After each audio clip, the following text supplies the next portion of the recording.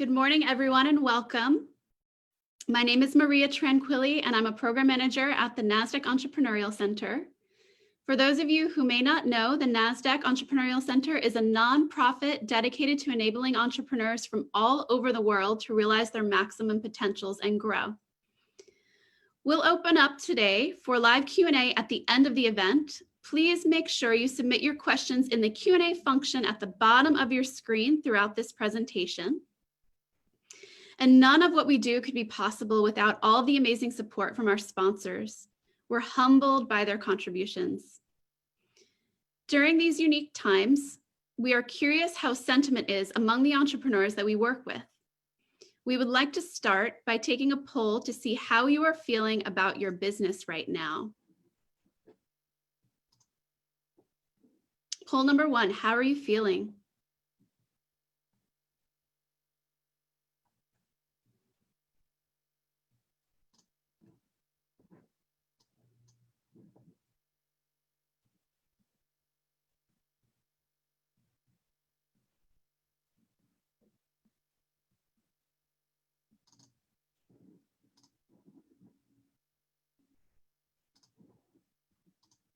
Poll number 2, what type of entrepreneur are you?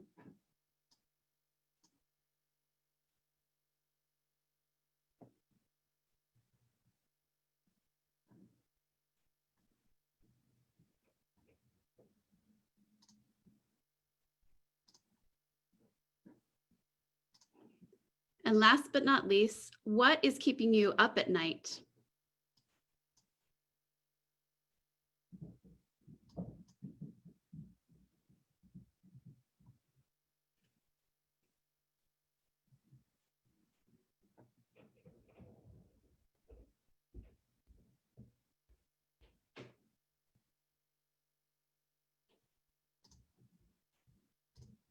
Thank you all so much. So without any further delay, please join me in giving a warm welcome to George Cow, business coach who champions integrity in marketing. George, thank you so much for joining us today. Thanks so much, Maria. And thank you, Laurel, for helping out as well. Welcome, everybody. It's great to have you here. And I'm just very honored to be here with you at the NASDAQ Entrepreneurial Center. So we have a lot to talk about. So let's go ahead and jump in.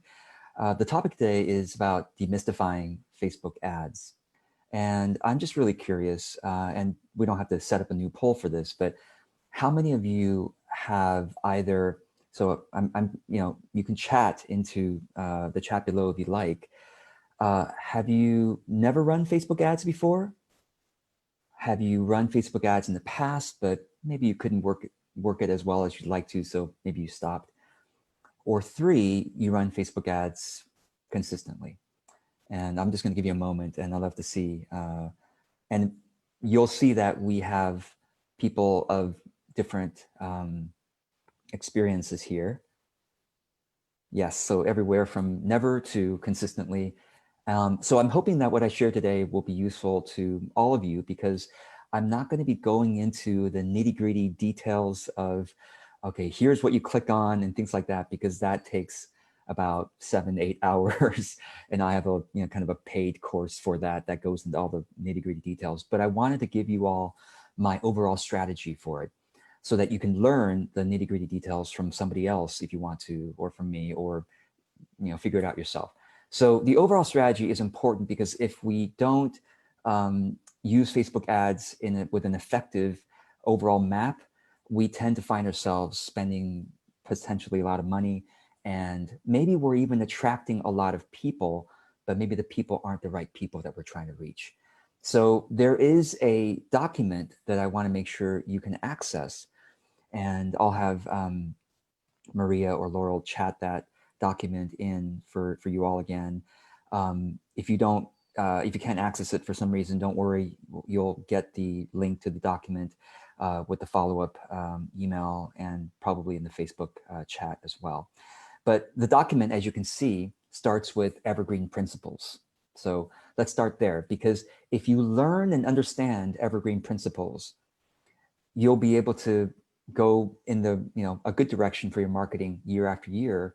And the reason why Evergreen Principles is important, because I frequently get the question, George, there's a new feature on Facebook, or Facebook has, someone just told me Facebook changed their algorithm, and what should I do about that? And I get people so nervous about new changes and new updates to the, and I tell people, listen, I've been around in the Facebook ads game for years. And even before that, of course, I was very active with the Facebook, for professional reasons. And every algorithm change, every new feature essentially follows the Evergreen Principles. All right, so that's why we start there. And by the way, I want to also show you on my screen real quick here that you are able to even ask questions directly in the document. And I'm going to go ahead and share my screen right now to show you what I mean. So in the document itself, I have, at this moment, I hope I can keep it this way, I've made the document comment open to comments. So you can basically highlight any phrase or word you want. And once you highlight it, you can press on the plus button on the right-hand side and add your question or comment there. Now, if it's a typo, don't worry, I will quote unquote reject your comment. If it's a typo, it's nothing personal to you, just to get it out of the screen. But, and if it gets unwieldy, I might turn off the commenting feature in case you can't comment in the future, you know what happened there. But those of you who are here right now live, you were able to comment on the document if you want to ask any questions. But for those live, I actually prefer questions to be right in the chat or in the Q&A. That's probably easier for us to find. But afterwards, after the session, you can comment on the document if it's available to do so. All right, so Evergreen Principles, let's start there, and we'll kind of go through this quickly. So here's what I perceive to be the Evergreen Principles of marketing, not just Facebook ads. And the first one is basically to find the right people to market to, because one of the easiest things to do with Facebook ads, you'll know this if you've ever run Facebook ads, it's actually really easy to reach a lot of people.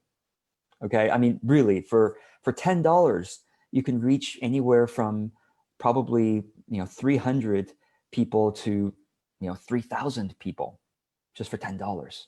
That's a lot of people. But of course, if you're reaching the wrong people, okay, then what happens is you're going to increase your advertising costs over time. Now, why is that?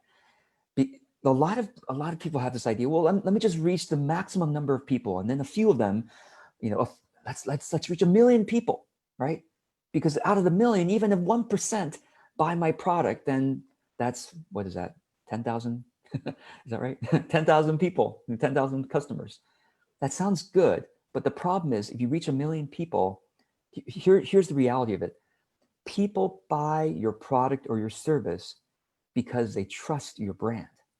And people trust your brand if they see you again and again with meaningful and helpful content. They're not going to trust your brand just because of impressions. Yes, that might occur a little bit, but in fact, it might even annoy them if you have impressions, if they see your brand, but the content isn't helpful or meaningful to them, it just might be annoyance. So what happens is if you reach a lot of people with Facebook ads, right? The next stage, not only to reach people, the next stage is to warm them up to your brand so that when you make a call to action to buy my product, buy my service, they're much more likely to say yes. Instead of 0.001% conversion, now you get more like a 1% conversion or a 5% conversion, or maybe even a 10% conversion to your product service. So does that make sense? And when I ask you these questions, I do hope that you'll chat below and let me know if this is resonating with you or if you have any questions, etc. So, okay. So we want to, Evergreen Principle number 1, reach the right people, okay? So that as you reach them, then you can continue running ads to your warm audience. Does that make sense, right? So I'll talk about the kind of the flow later, but that's the Evergreen Principle number 1, find the right people to reach out to. Secondly is to consistently build warmth with meaningful content. As I mentioned, if they see your brand or you consistently and they like it when they see you.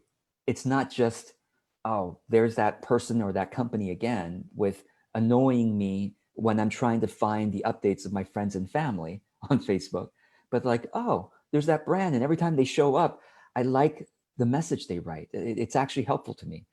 Or, oh, I like the video. It's entertaining, right? Meaningful content. What does that mean? It means whether it's educational, something they actually want to be educated on, it's inspiring, it's helpful, it's entertaining, it's meaningful for them. And so again, it's hard to make content that's meaningful if you're reaching the wrong people. But if you're reaching people that you know to be in your ideal audience, your ideal customer audience, then it's much easier to say, well, I understand what they're looking for, and therefore I'm going to create content in that way, right? Okay, so yeah, and actually, I don't mind you all taking notes right in the document. Just know that everyone is seeing your notes, right? But it's okay to do that. That's helpful to everyone there too. All right, and the third principle, Evergreen, is to connect personally with at least a few of your top fans to discover their wants and needs. All right, so here's where a lot of companies and individual, entrepreneurs fall down. And see if you recognize this. You have this vision for this product or this service, like, oh my God, this thing can help so many people. So many people are going to buy this thing. And then because it inspires you, it solves your itch maybe. And then you work so hard on this thing, maybe for months or even in some cases years. And then you put it out there and you're quite disappointed by the results. Now, hopefully a lot of you haven't had that experience, but chances are as you go on your entrepreneurial journey, you're going to have that experience because really the entrepreneurs who win are the entrepreneurs who experiment the most and learn from their experimentations, right? So how do we prevent lots of failed launches? How? We need to understand our ideal audience as well as we possibly can ideally before we spend so much time creating the product or service. This is market research 101. But how do we research the market? Well, of course, we could take surveys. We could even pay for market research. But my favorite way for entrepreneurs, which are most or all of you here, is to have one-to-one conversations with the people that you most want to serve, the ideal customers and clients. And by the way, I want to show you real quick on the document. You can see that people are writing notes, and I guess, like I said, you're welcome to write notes, just knowing that it's visible to everybody.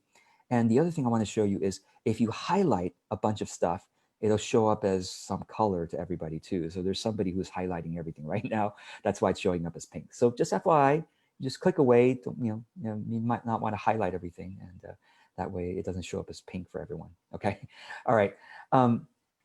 So in other words, once you start building an audience, once you reach what you think are the right people, at least you maybe you even start with some friends that you know are the kinds of people you want to reach as potential customers. Have one-on-one conversations with them to discover what is it that they're most seeking at this time in their life, in their work, in their relationships, whatever your product is supposed to help them with. What are they really seeking?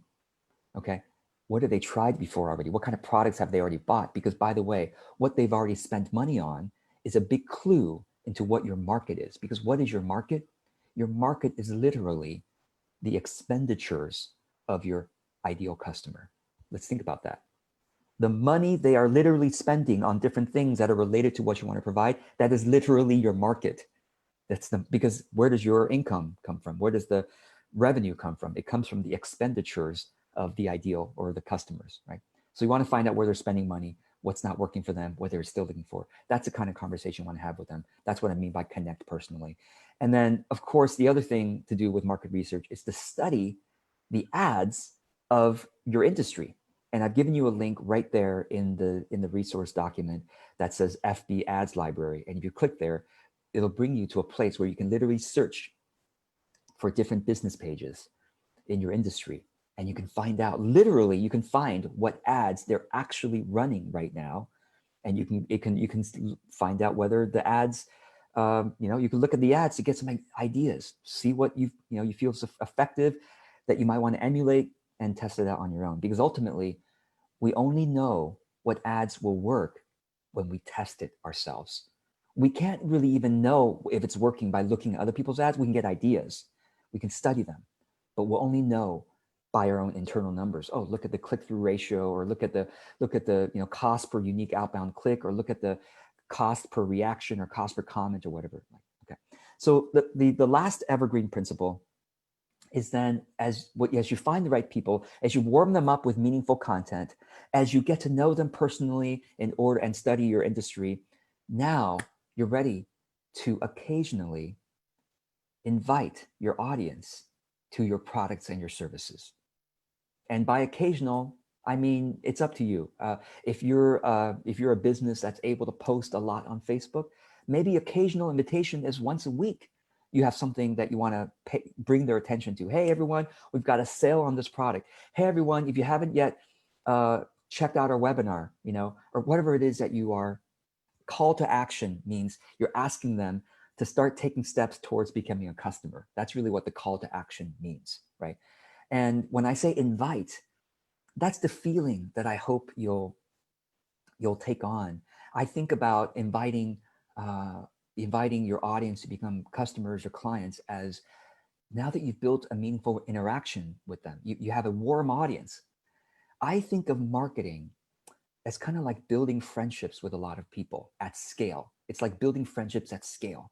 Now, you're not going to be friends with every single customer or every single, obviously, but it's like you have a friendly relationship with that audience. That's what I mean. That's what I think a warm audience really means. And so think about it. When you have a bunch of friends and you have a call to action to come to your party, right?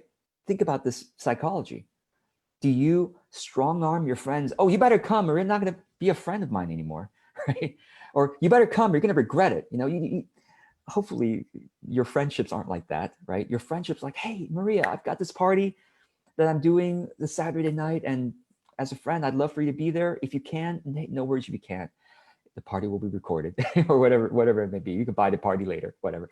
But that kind of feeling of how might you invite a friend to a party and let that be your ads. It's that kind of assuming trust. Literally in your ad, you're assuming that you have their trust, and therefore you don't have to push and pressure and manipulate.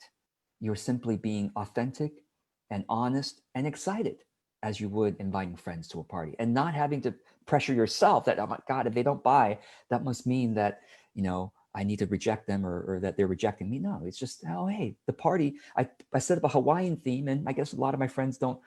Well, of course, hopefully we followed the Evergreen Principles and connected with our friends enough to know, well, maybe they don't like the Hawaiian theme. Maybe they want the,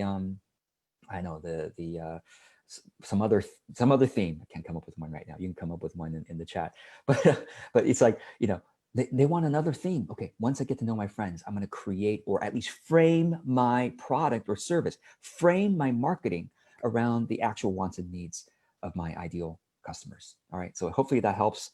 All right, let's keep going here on the document. If you want to scroll down a little bit on page 1.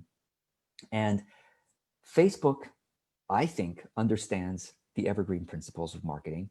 And so what are they always working on? Okay, well, let me first explain Facebook's profit motive, right? Facebook isn't doing all this just for their health. Facebook obviously is one of the most profitable companies or one of the most highest revenue companies in the world. And so they're always trying to maximize how much money they can earn, just like most corporations are. And how do they do that? They maximize how much money they earn by maximizing how happy advertisers are, which means advertisers like me and you are spending lots of money with Facebook ads. And how are advertisers happy? Advertisers are happy when we're able to reach lots of the right people, right? And how can we reach lots of the right people? It's when lots of Facebook users are using the platform, looking at posts from their friends or looking at news. And of course, as they look at posts from their friends and looking at news, they'll also see our ads. So Facebook is trying to maximize user time on the platform, which allows us to reach more people. And how do they do that? How do they make it a good experience for the users so that they keep coming back and they keep wanting to spend lots of time there? Well, they want to frustrate. Facebook wants to frustrate the spammers. So Facebook is always trying to stay one step ahead of the spammers, right? So, okay, the spammers are now trying to do this. Okay, we're going to change our algorithm so that the spammers can't do that anymore, or that the spam won't be reaching a lot of people. Do you see what I mean? So Facebook is actually aligned with us as the user because they want us to be addicted, frankly, right? Addicted to, well, we're addicted because it's lots of fun. We enjoy it. It's a good experience, even if it's sensationalism or whatever. It's like we want to spend, we're not going to spend time there if it's full of spam. We're going to be like, forget this. This is stupid, right? So they're trying to frustrate the spammers. And they're also, at the same time, on the one side, the algorithm is trying to always update to keep the spammers at bay. And the other side is they're trying to reward meaningful interaction, because they know that we are social creatures.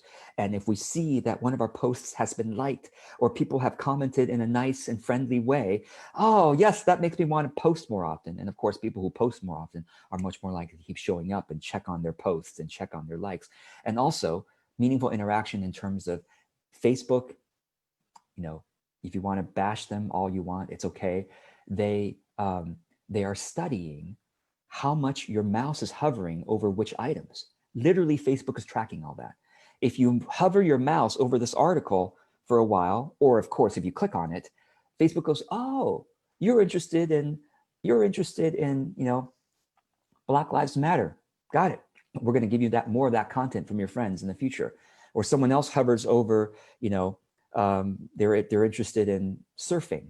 They click on surfing images and, okay, you're interested in surfing. We're going to make sure you see more content about surfing from your friends and other pages, things like that. So meaningful interaction is Facebook noticing how your mouse is moving around and where you tend to kind of pause, and what things you tend to click on, what things you tend to like and comment on, and videos you tend to watch. They're noticing all the topics that you really enjoy. And then therefore they're trying to give you more of that content, so you want to keep coming back. So all of our news feeds are very different, because I'm interested in different things, at least slightly, than you are. So when you come to my news feed, it's going to look different. Then Facebook knows all that and try and tailor it all to you. And therefore, they also tailor the ads as best as they could to you. Why? Because they want you to see the ads that you care about. If they know more about you, then they go, oh, okay, well, George, likes content from, organic food. So therefore, we're going to try to show George more ads from organic food companies, because George is more likely to click on and buy it. And therefore, advertisers will be happy. We're not going to show George pictures of trucks, because George never clicks on anything about trucks. So why would we show George pictures of trucks? That's just wasting the advertiser's money, and the advertiser won't be happy if we do that. You see what I mean? So, so in other words, right? In other words, as an advertiser, as a marketer on Facebook, you're trying to not do what spammers are doing, but you're trying to foster meaningful engagement with your audience. If you do that, you're going in the right direction, and Facebook is going to reward you in the algorithm, and also your ads are going to work well. All right. So let's keep going now and go down to talking about warm versus cool audience. And I'm going to talk through this fairly quickly, because I don't want to get into the weeds and kind of lose a lot of you.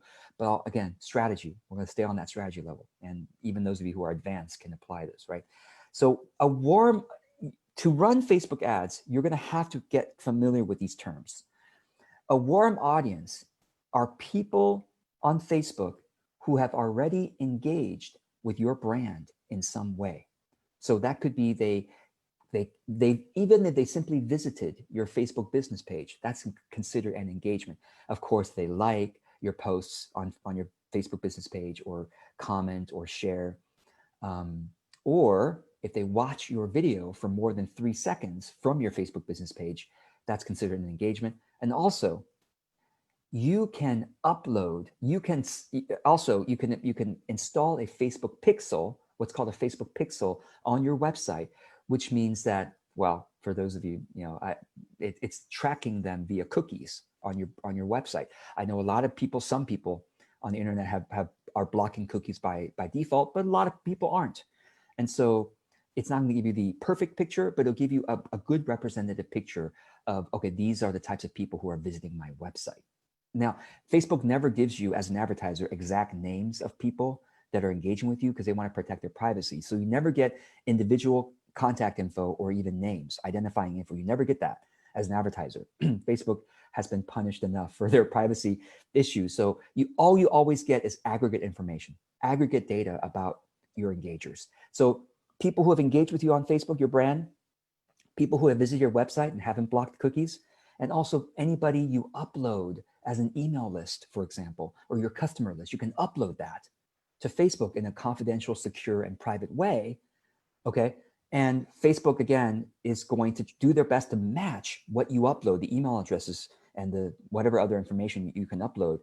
They're gonna match it to their own database and say, oh yes, Maria is one of our users, indeed. And now we know she's one of your customers or one of your email subscribers. And then you can create a warm audience that combines all of that. Your brand, the people who engage with your brand on Facebook, people you've uploaded, people who visit your website, you can combine all that into a warm audience to continue building warmth, nurturing them with meaningful content. Make sense? All right, take a breath. And sometimes I like to tell my students, good learning hygiene is to remember to keep breathing throughout the session. And if you want to stretch and move your body, you can feel free to do that. Okay. By the way, I want to invite Maria to interrupt me at any time if there are any questions from the attendees or anything she wants to say. Thank you, Okay. George. We're actually Yes. good on that front. All right, good. Well, all of you feel free to chat below.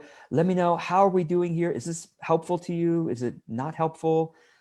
Questions you have, just give me a quick chat in the Zoom. I'd love to see that, or in the Facebook event or the Facebook Live video. Okay.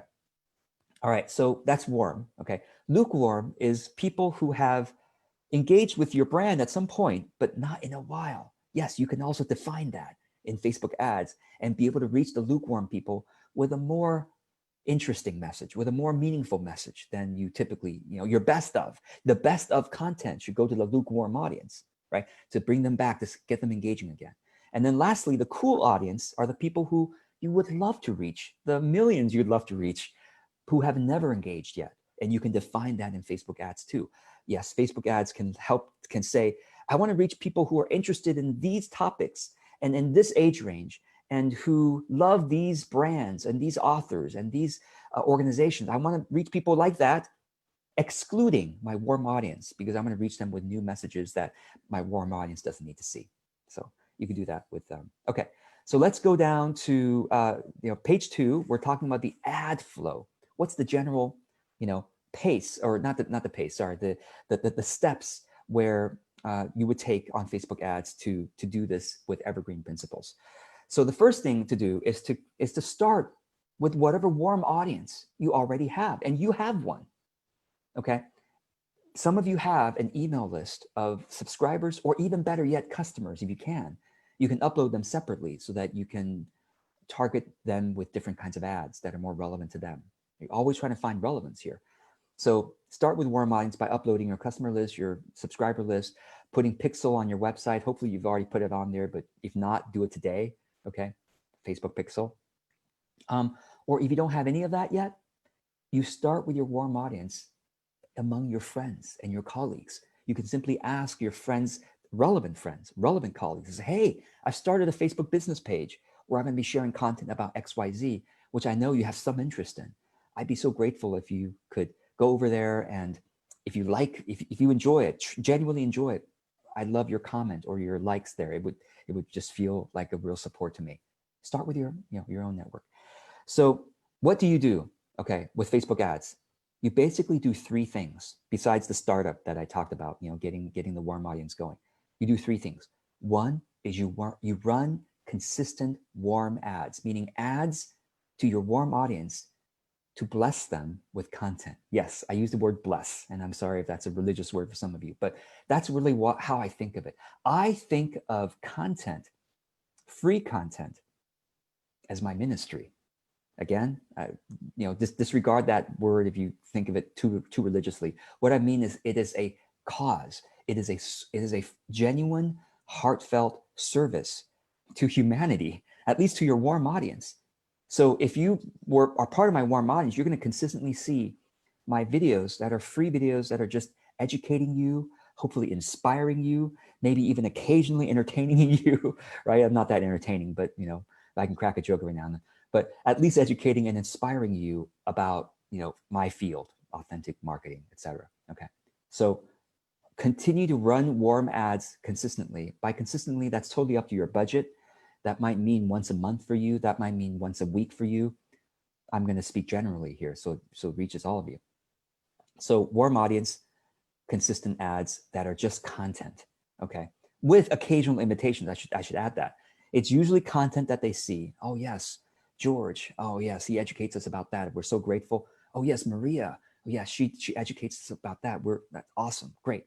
And then occasionally, my warm audience will also see my calls to action. Hey everybody, I've got a webinar coming up. Hey everybody, sign up for my, I want to remind you that I provide this service, or whatever the product or service is. Okay, so that's one. Consistent warm audience ads that are content mostly with some calls to action. Secondly, cool audience ads to grow your warm audience. Okay, because yes, sometimes you'll get word of mouth and your warm audience will grow that way, but why not use Facebook ads to just grow your warm audience much more quickly by reaching people? Let's say you are you're trying to reach spiritual people and fans of Deepak Chopra. And it's funny, I should mention his name because supposedly he is one of our attendees on the Zoom call. I know if Deepak, if it's you, honored, or somebody else named Deepak Chopra, welcome.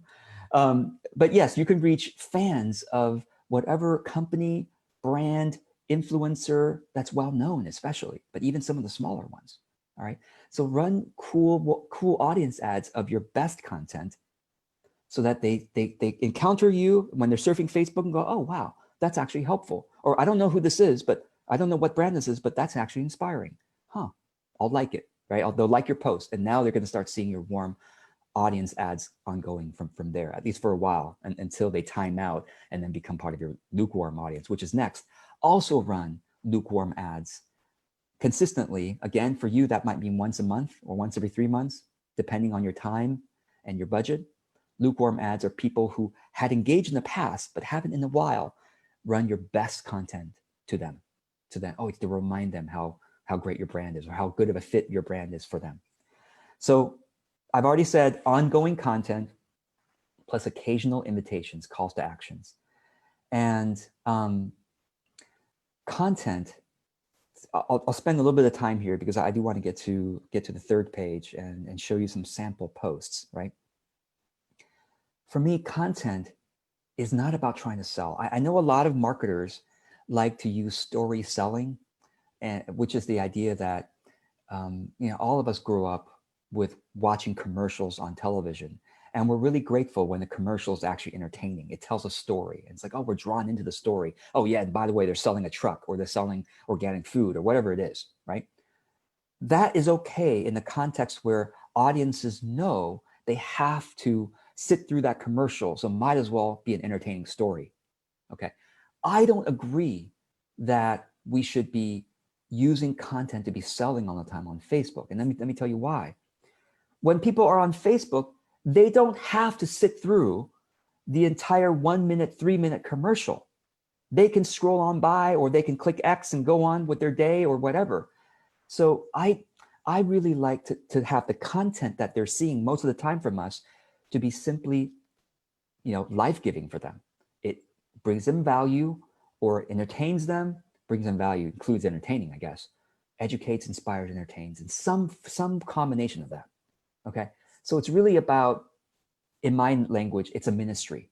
It's like, no matter if they ever buy from us, no matter if people ever buy from me, at least I have blessed them with the content. At least their day or their week or month is better because of this that they've seen. And of course, karma tends to come back. And if you truly are meaningful content, give meaningful content to a lot of people, of course, lots of people are going to talk about your brand and then feel grateful to you. And of course, be very happy to see your invitations occasionally to go, oh, okay, I will consider that product.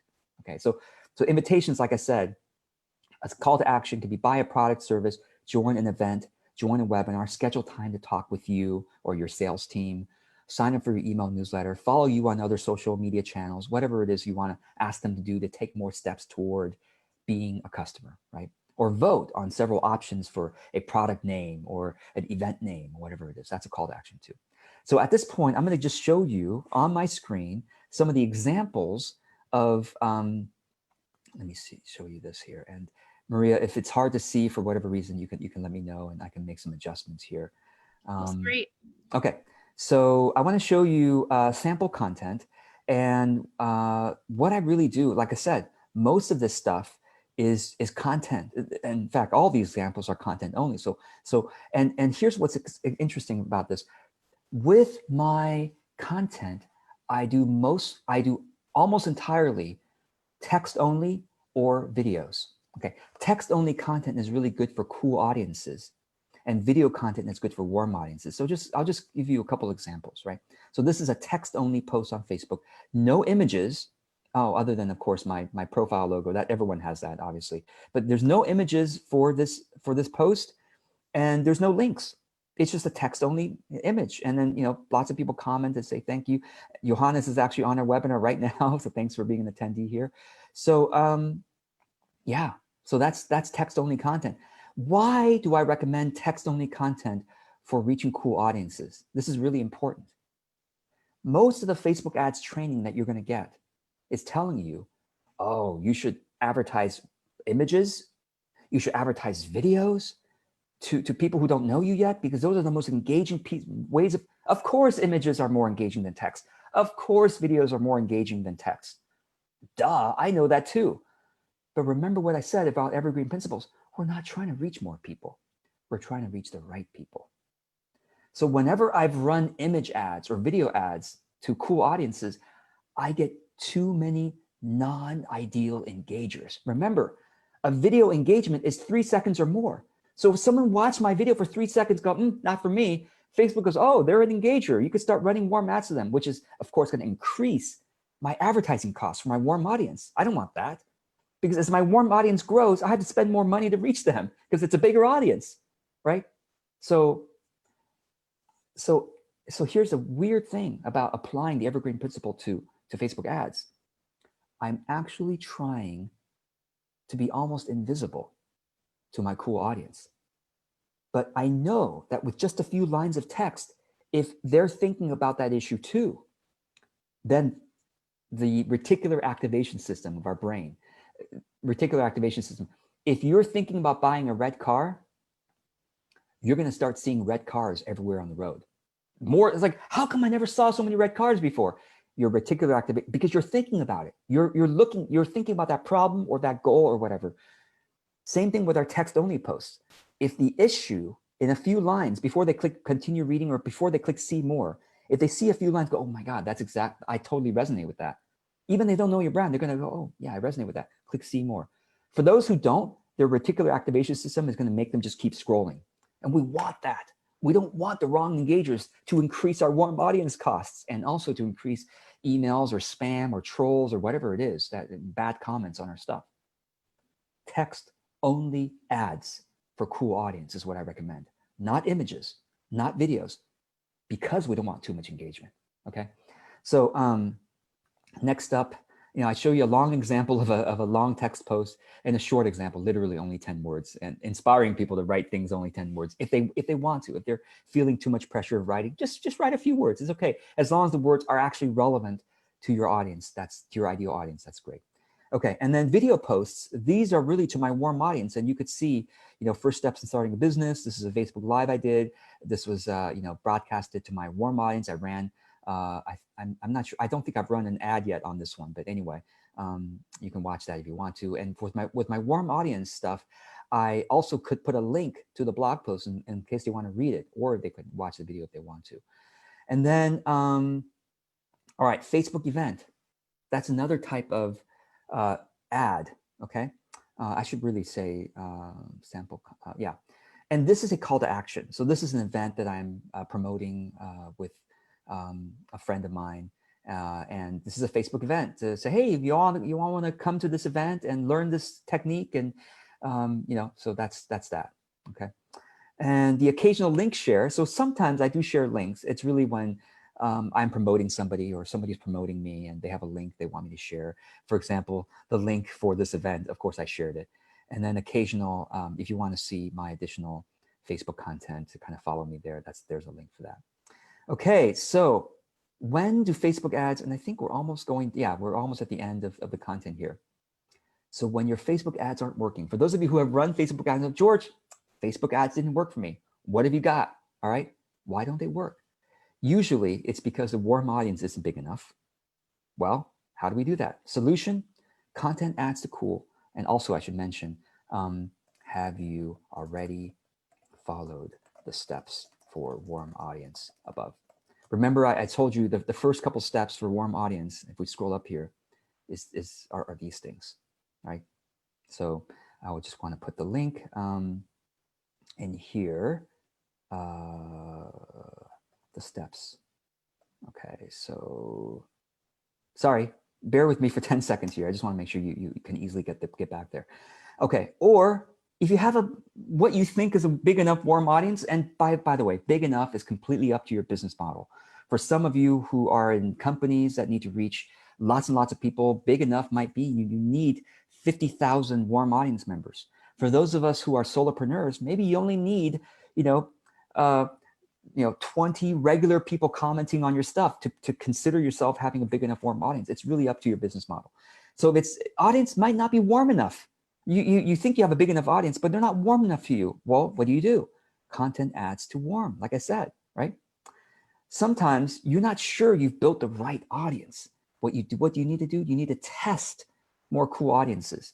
And by testing cool audiences, what I mean by that is when you run ads to cool audiences, you go to that Facebook post where you run the ad and you click on the people who have liked the ad and you study their profiles. Yes, you can actually look at people's profiles. They're not your Facebook friends, but you can at least study 10 people, those profiles. You can get some sense of, are we a values match?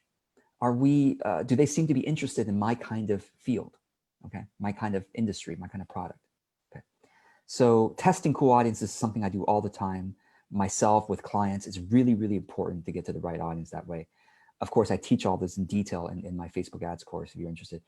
You don't know what the audience wants, so you're selling what they don't want. This is unfortunately too common among entrepreneurs. And you're like, oh my God, my marketing I thought was brilliant. I've hired a copywriter, I've hired amazing graphic designers. The stuff isn't selling. Well, why isn't the stuff selling? It's because you need to do more market research. You don't necessarily have to rehaul your entire product or service. You might just need to frame how you sell the product or service in terms of the things they want and need, especially the things that they've bought before in the past. Therefore, they're likely to buy again because they still have that problem. Frame it in those terms. Right? So with that, I'm just going to say, if you want to go deeper, I have an entire market research course called Create Better Offers. If that's interesting to you, that's here. And my courses are fairly, affordable. So $75, you can get my market research course and, ask me questions in that arena. Or if you want step-by-step through Facebook ads from beginner through intermediate, including audience testing, how do you do all that?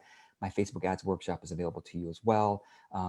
You can look at the price there, but it's fairly affordable for all the support that you get with me there. So anyway, I'm going to stop there, and Maria, I'll let you take over with any questions and any finishing remarks.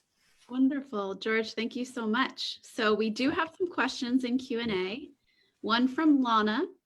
How much time has to pass before a user is placed in lukewarm audience bucket? Examples 30, 60, or 90 days? It's a brilliant question. Lana, you probably know Facebook ads at least a little bit.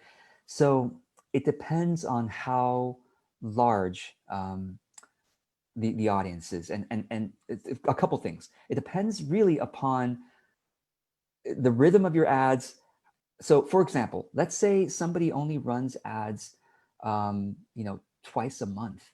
And so a lot of their warm audience really isn't even seeing their ads. So if that's the case, and you have a pretty large warm audience, but you don't run that many ads, so then maybe warm audience is 90 days, because you know that within 90 days, the small rhythm that you're running, they're probably still warm. But if you run a lot of ads, a variety of ads to your warm audience, maybe your warm audience, you're reaching a lot of them on a frequent basis, then you might want to do 30 days. You see what I mean? Because if they're seeing your stuff again and again, if most of your warm audience is being reached again and again within 30 days, and they're not engaging, I would consider those people to be lukewarm, and you need to be running the most compelling content to the lukewarm people outside the 30-day, people who have engaged outside 30 days. So I hope that helps. Yes, and Lana, if you have a follow-up, please let us know. So another question we have, George, from Jamie. How much do you recommend to spend in Yes, Facebook ads? Percentage I love that. revenue? Yeah, totally. Great question. So here's what I would say about that. No matter the size of the company, right now I'm running Facebook ads for a business that's much larger than mine.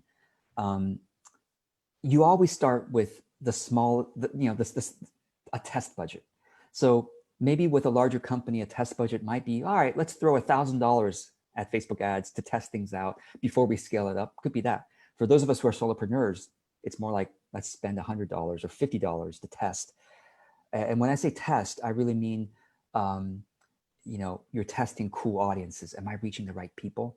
And you're also just kind of getting your feet wet with Facebook ads. All right, let me make sure I'm doing the text ads correctly, or I'm redoing the video ads correctly. So and once you kind of test things and you start getting metrics that you like, what are metrics? How do we measure success? Obviously, it depends on the business model. For some people, it's like, no, we just care about conversions, George. So we have a lifetime value per customer of, $150. So if you can get us a customer conversion through the funnel of $100, then we consider that profitable, or $50, whatever.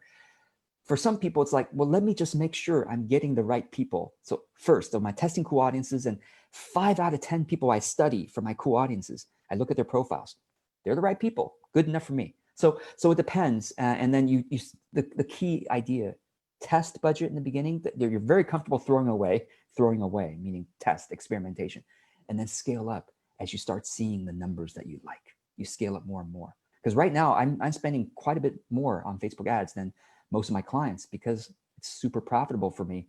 It's like, oh my God, how much more can I spend? Because it's continuous. So at some point, hopefully, it gets to the point where it's almost like, well, let's spend more, because it's every time we spend more, it's even more profit for us. And that's what I hope for you all. Thank you, George. We have a question from Tina. What about Instagram ads? How are they different or the same? Yeah, it's a great question. I'm going to be teaching an Instagram course later this year. And so I'm not going to say much about that right now, but I'll say this: Instagram ads, the opportunity is that it's so much easier to get engagement with Instagram, including ads. And that's also the drawback. And that's right now, this is what I'm kind of researching. I'm trying to figure out a way to get just the right engagement on Instagram. So stay tuned for that. But it's a little too easy to run Instagram ads, and that kind of concerns me for people building a very large but expensive and not ideal warm audience. So that's my concern with Instagram ads. Thank you. Okay, we have one from Matthew. Can you tell us more about Pixel? Okay, so Facebook Pixel is a piece of code that you get from Facebook Ads Manager. And just so that you can, I'm going to see if I can get a link to bring you directly to the Pixel. At least you can start studying it. Let me get the right link. But basically, you install that piece of code in the invisible header of your website. Ask your web person to do that. And then importantly, after you install the Pixel code, you need to and I'm just getting the link right here. So sorry for my, okay. So Facebook Pixel, here's the link, Pixel.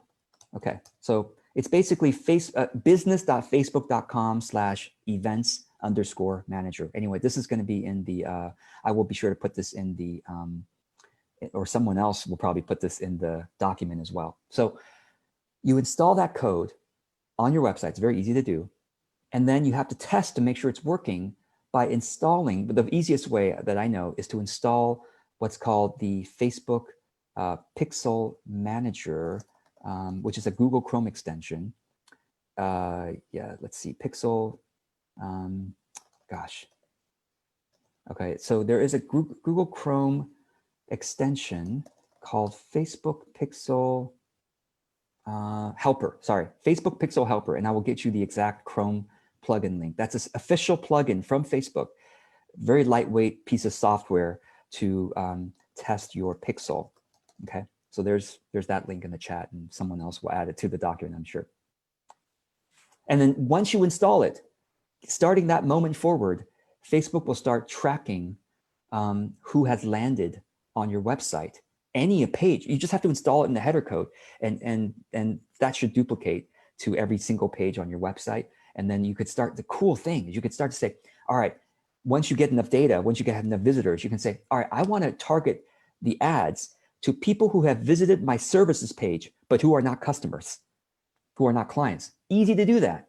They visited my services page, they're interested enough, but they didn't buy. So I'm going to get them with an ad that talks about my services or whatever, strictly for them. I want to reach people who have gotten to my opt-in page, but didn't opt in. And let me share the benefits of being in my newsletter or whatever. That's all possible with Facebook Pixel. Thank you, George. Okay, from an anonymous attendee, this is a comment. Thank you very much for these insights. I'm inclined to do more of a community work NGO Facebook page than a business, and I have less knowledge on how to effectively target my audience. I resonate well with the genuine heartfelt service by giving consistent warm ads. Yeah. Best regards. Wonderful. Thank you so much for your comment. Yeah, and you know, effectively targeting audiences is one of the challenges to work on with Facebook ads. Is you have to test cool audiences and study the profiles of the likers or commenters or the sharers, and just see if you're going in the right direction. Yeah. Wonderful. From Allison, what are your thoughts on offering downloads, quizzes, or offers backed by ads to get people on your email? Tips for doing this well? I love the question. I definitely have a strong opinion about that. So here's the thing.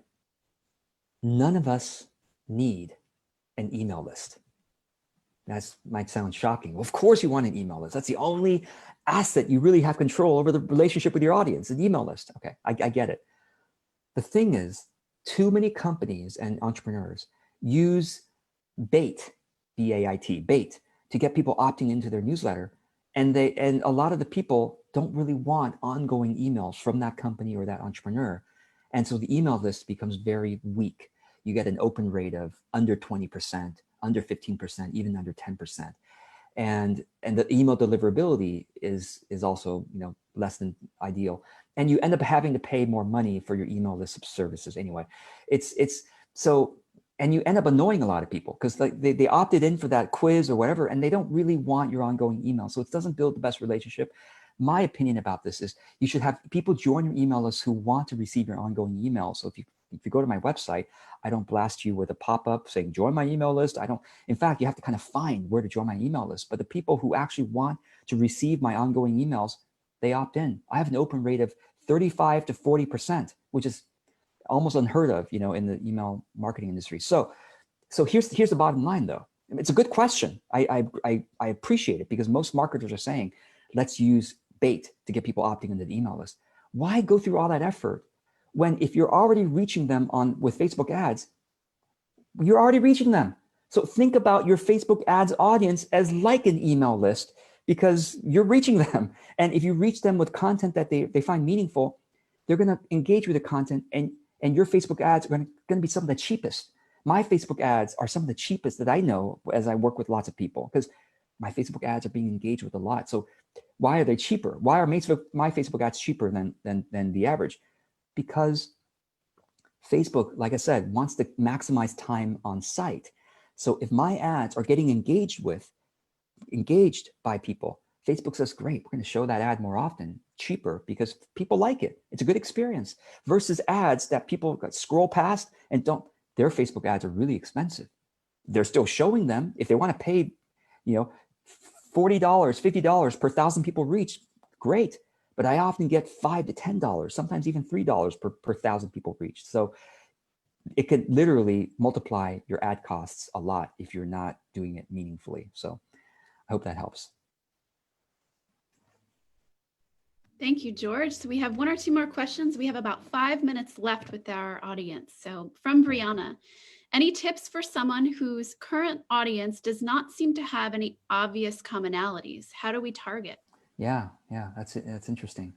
I'd love to know specifics. Obviously, we can't do that in a short time, but I would say that either you haven't looked at enough people to find what the patterns, because really, I mean, if you look at enough people, you can always find patterns, right? It's like, oh, everyone's, but here's the other thing about Facebook ads that's kind of interesting.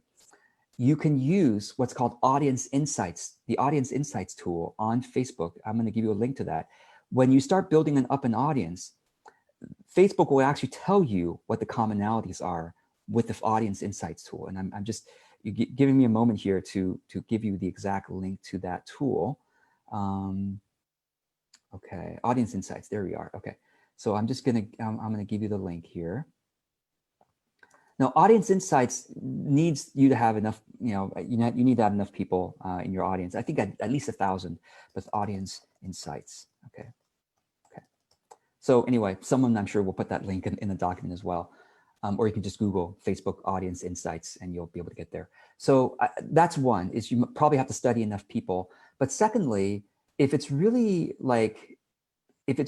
random in your mind, then you have to look at a different vector. You have to look at, okay, there's no commonality with age, because I have many customers who are, in their 20s and many customers of the same exact product in their 50s.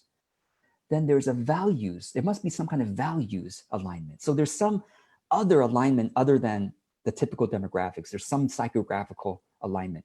Now, let's say in the case where we do have the same product, but very different audiences, even with psychographics and demographics, then basically you go, okay, this audience in the 20s, they need these types of ads to really get interested in the product. And this audience, they need the people in their 50s, they need these type of ads. And of course, you can easily do that with Facebook ads. You can run as many ads as you want simultaneously. Some of these ads are only being seen by the people in their 20s. Some of these ads are only being seen by people in their 50s, or some of these ads only being seen by people of a certain psychographic, interests, mindset, that kind of thing, versus another. Thank you, George. Oh my goodness. Well, I would like to thank everyone for attending. And if you would take just 2 to 3 minutes to fill out our survey to let George and NASDAQ Entrepreneurial Center know what current relevant content you would like to learn about, and also to let George know what was helpful during this amazing workshop. It would be incredible to hear from you all. George, thank you so much for taking the time to speak to this community, to share your insights, and to set such a great overview for all of us. On behalf of the NASDAQ Entrepreneurial Center and everyone in attendance today, we sincerely thank you for joining us. Yeah, it's an honor. Thank you so much all for your participation. And I really hope this helps you to do marketing more effectively in a way that feels really good to you, and to get you lots of customers and clients. Thank you so much, George. So again, if everyone could fill out the survey, we would love to hear your feedback, and I know George would as well. And we would love for you to join us for some upcoming webinars. Cliff Worley's Top Tools for Marketing this coming Thursday, and next Tuesday, Digital Transformation, with our representatives and sponsors, Julian from Bank of the West and Tara Nicole of Soul Tour. Thank you all so much. Have a wonderful afternoon.